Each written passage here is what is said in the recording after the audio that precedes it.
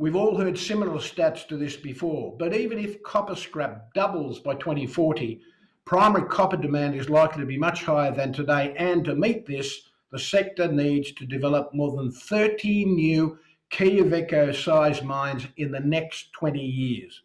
Even at a pretty conservative end of the demand forecasts, it tells you that the task that we need to stand up to is massive. When you think about the fact that it takes 15 to 20 years to get a project like Quellaveco into production, and that's from discovery through to development, you start to grasp the enormity of the challenge facing us. And we're not talking enough to communities, we're not talking enough to politicians, we're not explaining the problem, and ultimately, if we don't tell our story properly, then we're the problem. On PGMs alone, the Hydrogen Council predicts that 18% of energy demand by 2050 will be met by hydrogen. This shift has the potential of creating at least 4 million new jobs globally and contributing significantly to new and clean energy supply across the world. In South Africa's case, there is an immense opportunity to lead the global drive for the development of the hydrogen economy. PGMs underpin many of the technologies we need for a cleaner, greener future market and in the hydrogen economy. Their appeal in jewellery is also well known, and their role in catalytic converters to reduce exhaust emissions is well established in our traditional transportation modes and will be in demand for many decades to come.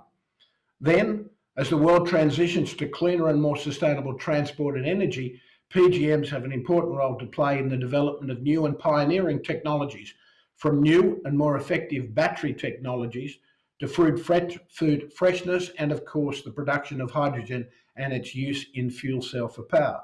And finally, let's not overlook the role of steel. Wind farms, solar panels, and the hydrogen economy all use plenty of steel, and there is a lot more infrastructure growth to come across many developing countries when you consider the population curve. For example, the installed stock of steel in a country such as India is extremely low. It's similar to the amount of steel that was in Europe a few generations ago. And in order for steel to be relatively affordable, iron ore and met coal are required, at least for the foreseeable future in the case of met coal, and iron ore is obviously a long-term necessity. The higher quality the iron ore and met coal is, the better for reducing emissions in the short term, and these technologies will continue to improve as our industry partners within the steel industry accelerate cleaner steel production. I could go on extolling the virtues of other mine products, but it's clear for this transition, for the energy transition, for the transition of globe to the new world, we need to ensure that mining is climate smart. I'm hugely encouraged by the progress we've made as an industry in not only reducing emissions, but also in taking a more proactive stance in how we remodel our operations for a carbon neutral future through, for example, displacing diesel power with stable, zero carbon electricity or green hydrogen. At Anglo American, we recognised our responsibility to support a transition to a low carbon economy, and we've established clear pathways to reach carbon neutrality in our operations by 2040. This year, we stretched ourselves further still and set our ambition to reduce our Scope 3 emissions by 50% also by 2040. Of course, we know we can't get there alone, particularly for Scope 3, so we're working with our partners along our value chains and outside our industry to find technical solutions to decarbonise entire sectors. Global policy advocacy efforts and the partnerships between government, industry and others are critical to achieve this new future. To deliver on these decarbonisation promises, we have been rethinking most aspects of how we operate for many years. And we're on a long way down that road, and that is to tackle the multifaceted challenges of our emissions. So let me illustrate a few examples in our case. We're increasing our energy efficiency and the role of renewables in our energy mix. Last year, a little more than 1/3 of the electricity we use globally was drawn from renewable sources. By 2023, we expect to be drawing 56% of our grid supply from renewables. We're also looking to enable a renewables grid in Southern Africa, aiming to unlock the value of our existing sites as locations for geographically dispersed network of renewable energy sources across the country. So generating renewable energy at scale and wheeling it through the grid to all of our operational sites. Our plan takes into account a combination of off-site wind farms, on-site photovoltaic farms, potential pumped hydroelectricity storage from the water that we have in our old mines from underground, so to pump it up during the day into dams and let it run back underground at night and use that power to fire up the rest of our operations. And we're looking at increasing the grid capacity of green energy by more than 50% in South Africa alone, and we're hoping to do that by 2030, which will enhance grid stability across the country and reduce the cost of power to all of the users across the country. Another major step is to displace diesel usage, starting with our thirsty mine truck fleet, accounting for approximately 10 to 15% of our Scope 1 emissions. We did approach our OEM suppliers. They told us that there was no way in the world that they could produce hydrogen trucks in the timeframes that we were looking for. So we set about designing and building our own trucks. Our hydrogen fuel cell and battery hybrid pilot truck is being assembled as we speak in South Africa, and it will generate more power than its diesel predecessor, and it's a world first for a real world operating environment. A 220-tonne truck with a 290-tonne payload. Our haul trucks contribute up to 80% of the diesel emissions at our sites, and so by switching them to hydrogen, and it's a hydrogen battery model, we expect to be taking the equivalent of more than 500,000 internal combustion cars off the road, and that's the equivalent changes.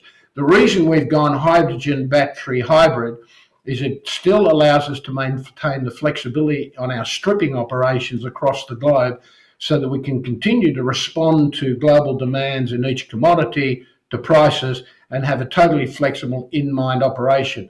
And that compares to trolley wire assist systems, supercapacitors. We've taken all of those types of processes into account, and we've come up with something that works for us and also fits into the grid system that we're building across our various countries and within our operations.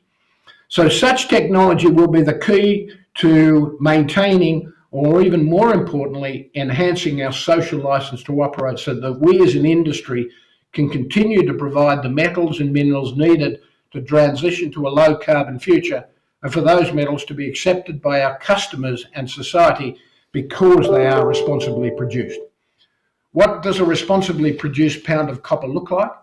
I'm convinced the future of mining is about precision, to target only the metal or the mineral with radically less waste rock, less water and energy, and a smaller physical footprint for every ounce, carat and kilo of precious mineral produced. Today, we produce 15% more product from half the operations that we had back in 2013, and we're doing it at half the cost. That's in real terms, 30% nominal terms. Our production intensity per metre of ground disturbed is actually almost doubled across our business. And that's what I'm talking about, footprints and understanding what we can do and how we can be smarter across our operation. We've been on this process for a number of years now, and people are aware of our Future Smart Mining program. This approach brings together step change innovations in technology, digitalisation to drive sustainability outcomes, thereby transforming how we source, mine, process, move and market our products. The Future Smart Mining is not simply about improving operating efficiencies, it's also the underpin for our sustainability strategy and creating mines that are certainly socially and, in our view, globally more friendly. It's about literally physically transforming our footprints and connecting with our local communities and making sure that a mine becomes part of that social infrastructure and part of a progressive development of the community and us being part of that community. If I just take one aspect of Future Smart Mining program as an example, and I'm talking on the technical side, Our concentrate the mine is an approach pioneered by Anglo American that integrates several enabling technologies to extract more metal with less waste, all the while simultaneously reducing our water and energy consumption. Energy consumption by about 30% and our water consumption by about 50%. We do this with new blasting technologies to improve ore fragmentation, increasing metal output and decreasing energy costs.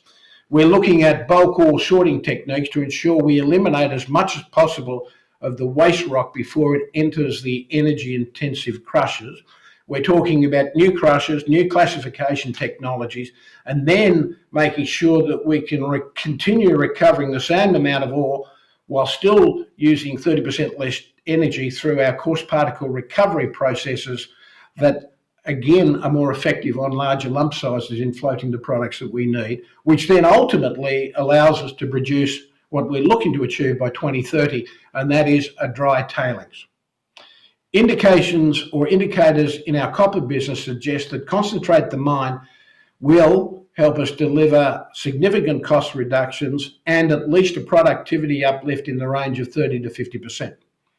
Through a dual approach of novel technology and digital solutions paired with new capacity we're bringing online, we are increasingly able to deliver what the world needs and in the right way. We must, though, commit to responsible innovation, recognising that there will be material changes in the nature of work across many industries. Such shifts will disrupt people's lives, and we all know that change is unsettling. The transition to a low-carbon world and the more efficient, responsible production of mine materials requires significant change. And while that change represents major opportunities for many, it presents risks for others. We now have a role in supporting, or we know we have a role in supporting host communities to thrive through and beyond that transition. Our commitment to be a catalyst for the creation of 5 jobs for every job we have on site is recognising the future of work will change and reduce the number of workers that we will have within our operations. So at the same time, we have to provide social and community solutions with governments to make sure that we manage that transition over the next 10 years. And that is vital in our view to ensure that we are seen as a major player and a major partner to our communities and governments across the globe. The transition to a low carbon world is happening at the same time as and is being in part facilitated by a series of accelerated and transformational technology advances, frequently referred to as the 4th Industrial Revolution or the future of work. The two combine increase the need for adaptability and resilience so that individuals, communities and societies can prosper. We continue to explore what mining can do to help ensure a just transition as well, and our demerger of our coal operations has been roundly praised by government, local communities, our employees and stakeholders in dealing with a difficult issue in a sensitive way. Now, clearly, for us, our thermal coal business was a small part of our business, about 3% of our EBITDA, and therefore not such a strategic issue for us to deal with. But the way we did the demerger made sure the business was actually cashed up, able to deal with any of the obligations it had, and still able to make a vital contribution to the South African economy, is the type of conversation and approach that we think is absolutely necessary to make sure we manage those transitions. We're also involved in other programs across our jurisdictions, and the most important one I think that I can talk to today is what we call collaborative regional development, which is an innovative partnership model to catalyse independent, scalable and sustainable economic development in regions around our operations. The objective being to improve lives by creating truly thriving communities that endure and prosper well beyond the life of the mine. We are well underway in South Africa with this work and now also in Peru. And basically it involves making sure we partner with other mines, connecting infrastructure with other businesses, with new plans, and with the governments doing spatial analysis, making sure that the infrastructure we need and install can be placed to also benefit local communities, whether it's water, whether it's energy, whether it's road, whether it's communications infrastructure, or any other infrastructure that we can support the community with that makes sense from an operation. It's a smart use of capital, which a much broader community dimension. As we consider mining's critical role in the green economy, it is also important to recognise that few industries in the world touch as many people as mining. Mining matters. It matters to the young entrepreneur who can use localised procurement opportunities to grow their business. It matters to the mine worker who can earn a good living for their family in an industry with generally well-paid jobs compared to most other industries, and it matters to members of our host communities who benefit from the soft and hard infrastructure that we provide, like roads, bridges, schools, clinics, and they benefit from the skills we bring to those regions. And making sure those skills are available to our local communities is probably the most significant contribution we can make in those communities. In thinking about the next decade and what it holds, it is important to reflect on the power of being purposeful in how we envisage the future of mining. Because in the end, this is all that matters. It's about people. Our success in an industry, is not only measured by the ounces, carats, or tons that we mine, but it is also measured measured by whether we improve people's lives sustainably.